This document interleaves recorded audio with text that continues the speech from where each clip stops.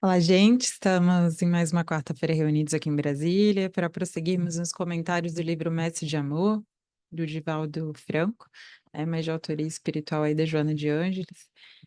É, introduzindo um novo capítulo, hoje o de número 11, denominado Inveja. Vamos dar início? É fácil chorar a dor com quem chora, oferecendo a pérola líquida que expressa cooperação e sentimento. Junto à dor, a alma experimenta o anseio de atender, contribuindo com o tesouro abençoado da solidariedade. E olha que bonito, né? É como é dizer que é próprio do nosso ser mesmo. Quando a gente percebe a dor no outro, a gente tem mesmo esse ímpeto, né, de solidariedade, de fraternidade, de querer ajudar, de algum modo consolar, oferecer abrigo ou muitas vezes chorar junto. E eu achei tão belo essa expressão que ela usa, né, desse chorar junto, que é oferecendo a pérola líquida que expressa cooperação e sentimento. Então, quem já não recebeu, né, um ombro amigo, frases bonitas que muitas vezes nos refazem em momentos de grande dor, ou um simples silêncio de alguém que está ali, né, demonstrando que está conosco, né, muitas vezes sem expressar qualquer palavra, mas aquela companhia que nos dá abrigo, que nos dá proteção em dias mais difíceis, né? E ele faz, ela fala, né?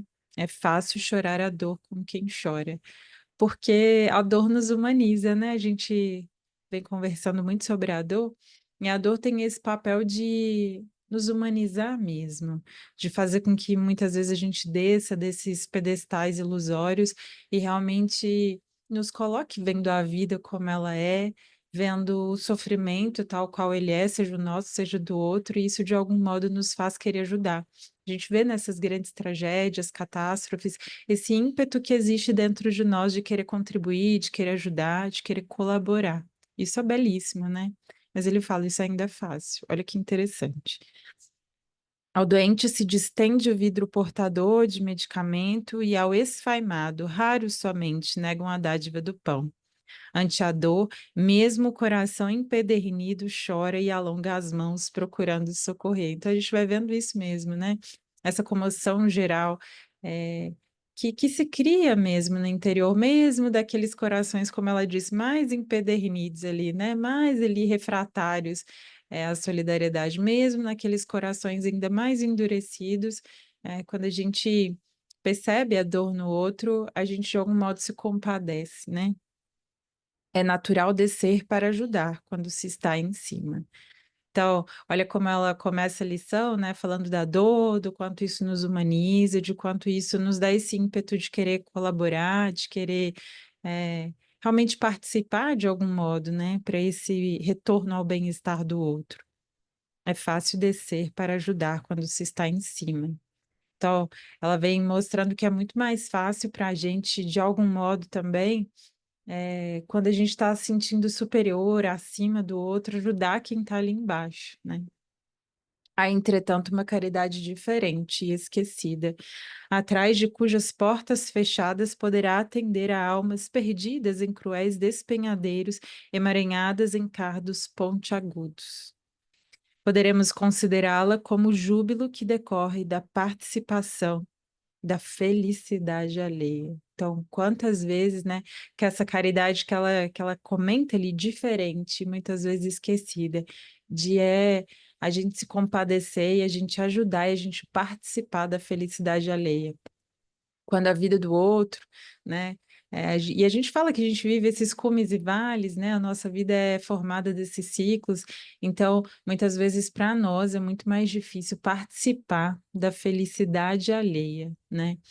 Sobretudo quando nós nos encontramos nos vales da vida, naqueles momentos de mais baixa, né, em que nada acontece, ou mais do que isso, muitas vezes quando a nossa vida está cheia de dor, cheia de dificuldade, a gente olhar para o lado e ver alguém que está ali recebendo benesses da vida, né, às vezes é muito difícil. E é o que ela fala, é uma caridade muito mais difícil do que ajudar alguém que está precisando, que a gente se sentir inferior e mesmo assim ajudar e mais do que ajudar, participar dessa felicidade, ou seja, ser feliz pelo simples fato de ver alguém conquistando, né, conquistando mesmo os resultados, os frutos ali das suas conquistas.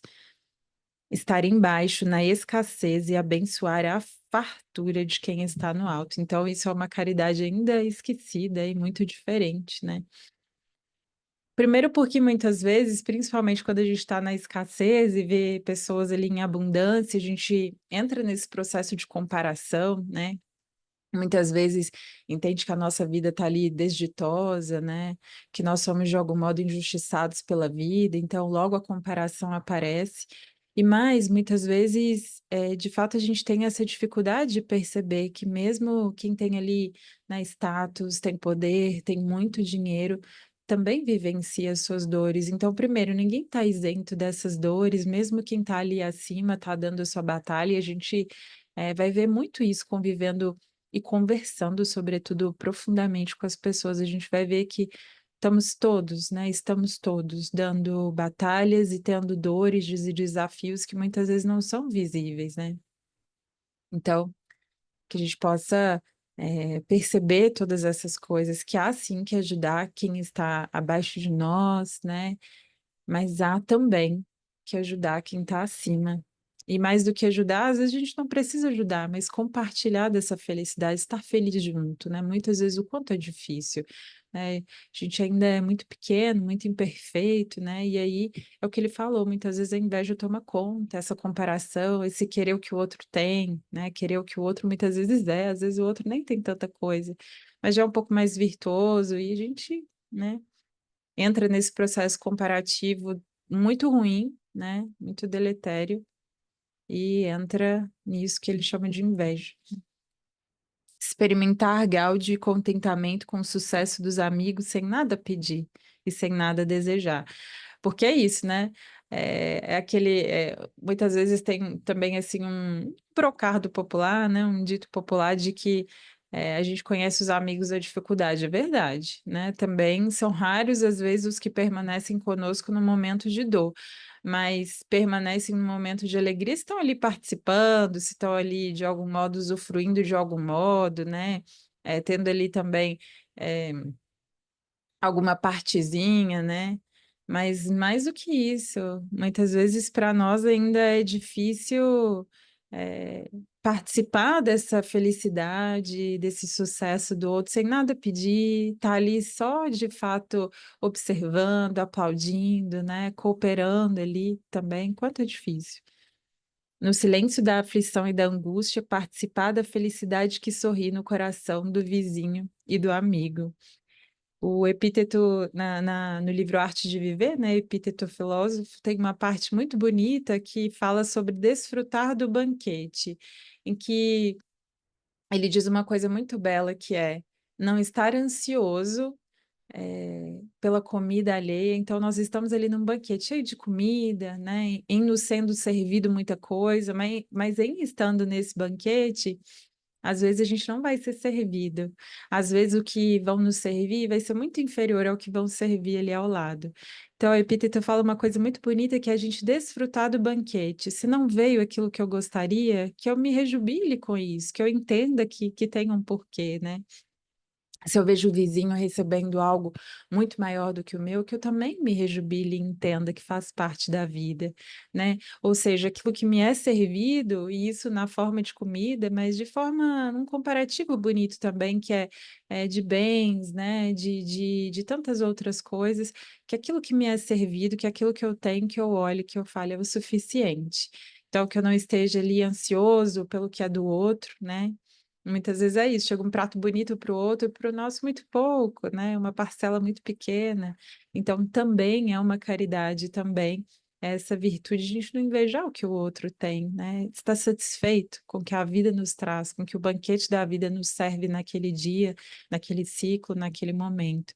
Então, que a gente não faça essas comparações, né? E muito mais entendendo que a vida tem uma ordem, né, uma harmonia por detrás, a gente vai entender que não é essas injustiças. Então, não tem por que haver essa comparação. Eu olho para a minha vida, vejo o que ela me serve, né, vejo qual é o prato do dia e me satisfaço com aquilo também, né, sem olhar para o lado, ver que o do outro é muito mais bonito e ele invejar, né. Não, que a gente saiba olhar também para a comida do outro, né, para a vida do outro, para a grama do outro, quando é muito mais verde, muito mais bonita que a nossa, e também saber ser feliz, né? Partilhar, porque no final das contas isso é a verdadeira amizade, né? É, eu de fato estar presente nos momentos ruins, mas nos momentos bons, sem querer desfrutar, sem querer tirar vantagem, né? Sem querer tirar proveito de nada que é do outro, né? Seja de um status, de um poder, de um dinheiro, não. Mas só compartilhando ali com o outro desse momento bonito, sem querer nada em troca, né? Sendo feliz por ele. E é das coisas mais belas a gente aprender a ser feliz com as conquistas do outro, aprender a ser feliz por ele. Caramba, que bom, deu a sua batalha, né? Não poucas vezes, no entanto, deixamos que o despeito e a inveja destilem o veneno da revolta no campo da nossa alma. Se a vitória está com um velho amigo, afastamo-nos dele justificando, está diferente. Né? E é muitas vezes isso, essa inveja, esse despeito, essa comparação que vai sendo criada, de perceber que o outro tem muito mais do que nós, ele vai olhando para a vida do outro e fala, ah, tá diferente, agora ele se sente superior, agora ele tá com esses ares, de mudança, eu não gostei, e aí se afasta, né? Muitas vezes vendo ali no outro algo que não tem, né? Às vezes o outro continua o mesmo, né? A mesma pessoa, mas esses sentimentos que a gente vai criando e que são nossos, não são do outro, que muitas vezes a gente projeta no outro, ah, não, é porque ele tá diferente, então eu vou me afastar. E muitas vezes é por conta de uma inveja mesmo da nossa parte, né? Se ele nos busca, tentando nos ajudar, reagimos com falsa humildade, está tudo bem, tudo está bem, né? Então, mesmo quando o outro está ali numa posição superior, então percebe, né, muitas vezes a nossa condição, quer nos ajudar, a gente muitas vezes com esse orgulho que ele diz, né, reagimos com falsa humildade. Não, tá tudo bem, não preciso de ajuda, tá tudo certo, né? Todavia, de escantilhão murmuramos, ferimos, caluniamos. Olha, e é isso mesmo, né? Quantas e quantas amizades são destruídas depois que uma das partes sobe um pouco, tá ali no momento, né, de maior abundância, tá ali num cume da vida, né? Tá ali no alto, né? E muitas vezes a gente tendo essas falsas percepções, muitas vezes começa a falar mal do outro, caluniar, né, menosprezar, tudo nessa comparação e nessa atitude invejosa mesmo. No recesso do ser, a invigilância, armas ciladas para a cólera contida, e se o coração em mira tomba por fatores de outra ordem, exclamamos: quem não esperava? Todo orgulho sempre recebe castigo. E no ádito do ser, permitimos o sorriso mentiroso da felicidade, procurando socorrer não para ajudar, mas para situar-nos na posição de quem está superior oferecendo auxílio. Então, olha que interessante também esse parágrafo, né? Ele comenta que muitas vezes, né, a gente vai criando todas essas raízes de intriga, de calúnia dentro de nós por conta dessa inveja e dessa comparação, e se o outro cai, e que por outros motivos, que não o fato dele estar, né, ali em uma posição superior, logo a gente, né, que é o que ele diz ali, ah, quem que não esperava, né, todo orgulho sempre recebe castigo, e é como se o outro estivesse se vangloriando e que por isso agora recebesse um castigo da vida. Ele fala, né, nessa posição nossa, a gente faz aquele sorrisinho de quem está ajudando, mas não com uma ajuda sincera, mas com aquela posição de superioridade e que muitas vezes, inclusive, a gente nem percebe, né? Aquela posição de superioridade que, ah, sabia, era questão de tempo que fosse cair, né?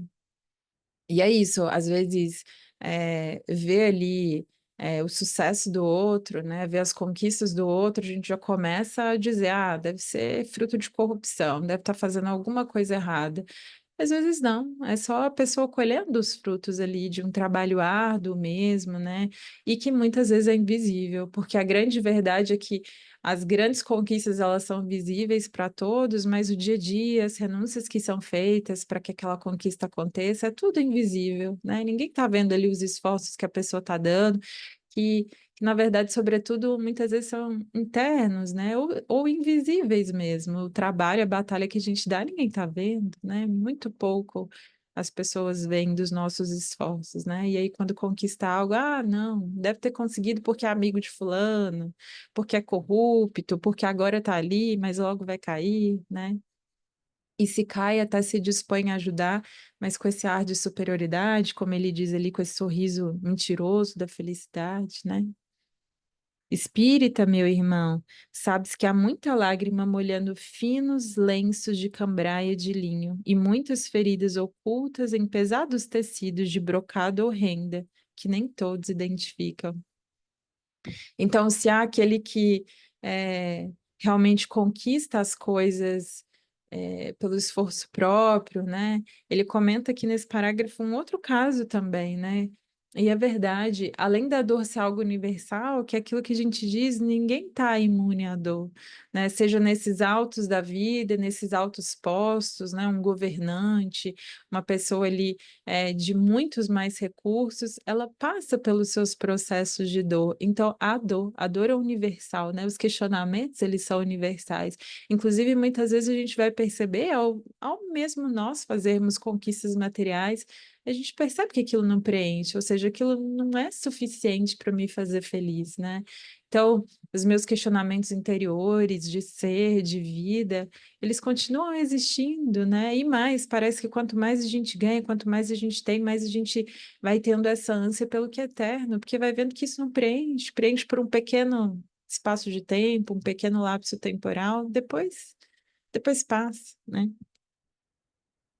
Serpe impiedosa é a cobiça, não alimentes, para que ela não te envenene. Então, que a gente saiba se regozijar mesmo, né?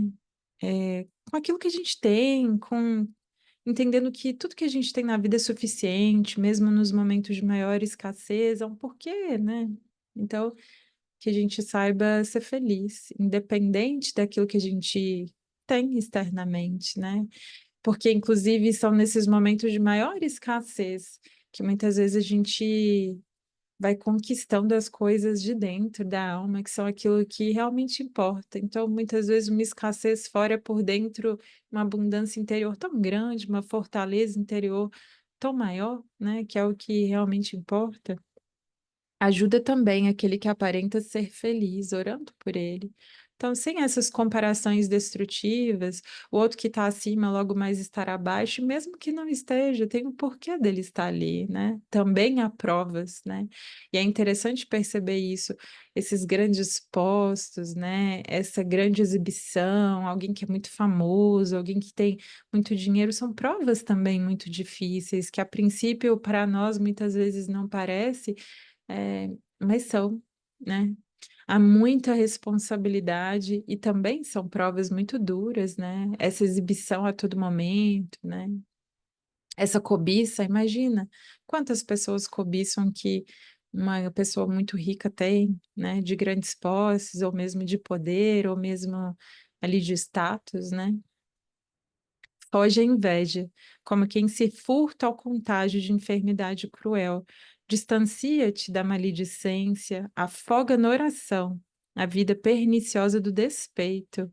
Humilde alfinetada pode ser portadora de terrível infecção, tanto quanto singela gota de veneno pode ser mensageira da morte. Então, que a gente não critique essas pessoas que estão mais acima, pelo contrário, reze por elas, é difícil também estar ali.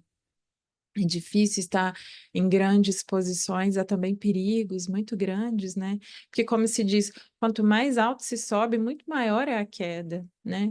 E a grande questão também é essa: há muita coisa oculta para nós, né? De responsabilidade, de deveres, né? Que essas pessoas carregam.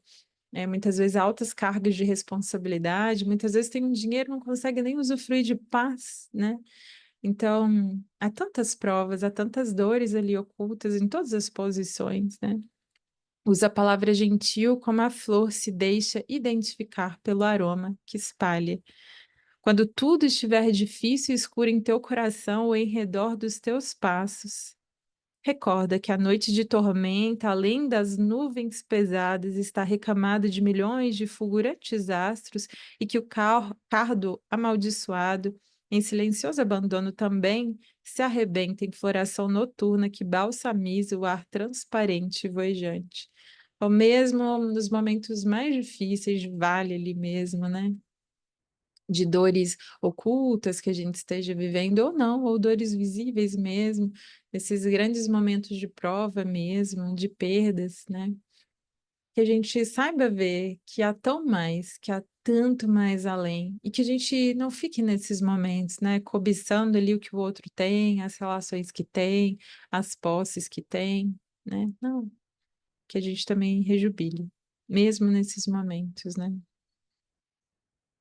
Recordo o carpinteiro Galileu que, atendendo a Simão, o rico cobrador de impostos, lhe abençoou a fortuna, fazendo inesquecível repasto no seu suntuoso palacete, embora no auge do ágape, pobre mulher endemoniada, procurando-lhe o socorro, tenha recebido a seiva da vida eterna como doce alento para todos nós, no conceito de que, por muito amar, todos os seus pecados eram perdoados. Então a gente via ali a figura de Jesus, né? Que ela fala, ele recorda o carpinteiro Galileu. E a verdade, né? Ele estava em todos os lugares, convivendo com todas as pessoas, porque todas elas tinham a sua importância no seu reino, né? Então, seja mulher endemoniada, né? Que procurava ali o socorro, no mesmo momento em que ele estava ali naquele palacete, né? Desfrutando de um jantar dado por um grande rico, também frequentava, né? Não há problema, né? Então, estava ali entre todos, seja com o rico, com o mais abastado, seja com alguém que lhe procurava socorro, com menos posses, né? Estava ali. E demorando-te feliz, onde estejas, com as altas provações que o dinheiro e o poder e as demais concessões e empréstimos divinos poderiam solucionar se os tivesses, e vês chegares em fartas messes por outros corações. E demora-te feliz aonde estejas, né?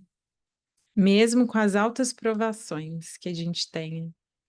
E ele fala, né, nesse último parágrafo aqui, muitas vezes a gente olha essas pessoas com dinheiro, com poder, e essa expressão que ele usa, concessões e empréstimos divinos, porque é verdade, nós somos usufrutuários, a gente não é dono de nada nem de ninguém, né? Nós somos usufrutuários, ou seja, que a gente faça um bom uso daquilo que a gente tem, porque é tudo temporário, nada nos pertence, né?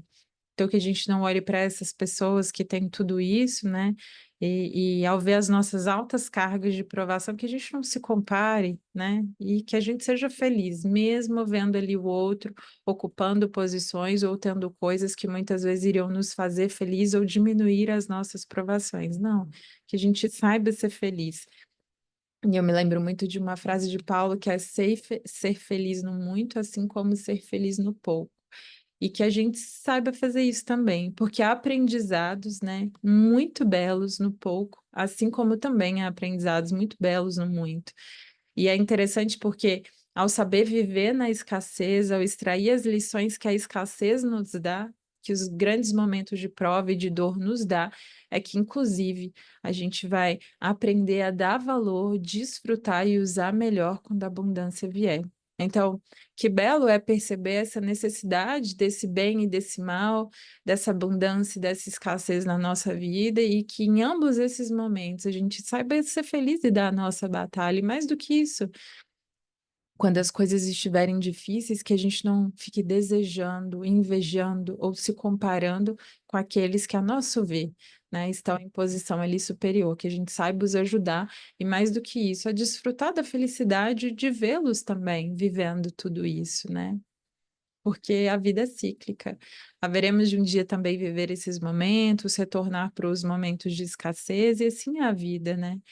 Então, como diz Epíteto também, né, que a gente saiba desfrutar do banquete. Se hoje me vem essa refeição, esse alimento, que eu saiba desfrutar da mesma forma, com o mesmo gosto que eu desfrutaria se viesse ali um banquete, né? Se eu tenho ali pouco naquele momento, que eu saiba desfrutar e não olhe para o lado e veja alguém, né, se alimentando muito melhor e tenha esse sentimento de comparação destrutível de inveja. Não, tá cada um dando a sua batalha, tá cada um vivendo o momento evolutivo e o ciclo é melhor para si, né? Então, esse foi o recado de hoje. Eu espero que tenha sido útil para você, de algum modo, que a gente possa permanecer, né? Ajudando quem está acima, quem está abaixo, porque no final das contas é essa permuta e essa a intenção da vida, que a gente colabore em todas as posições. Muito obrigada e uma boa semana para todos nós.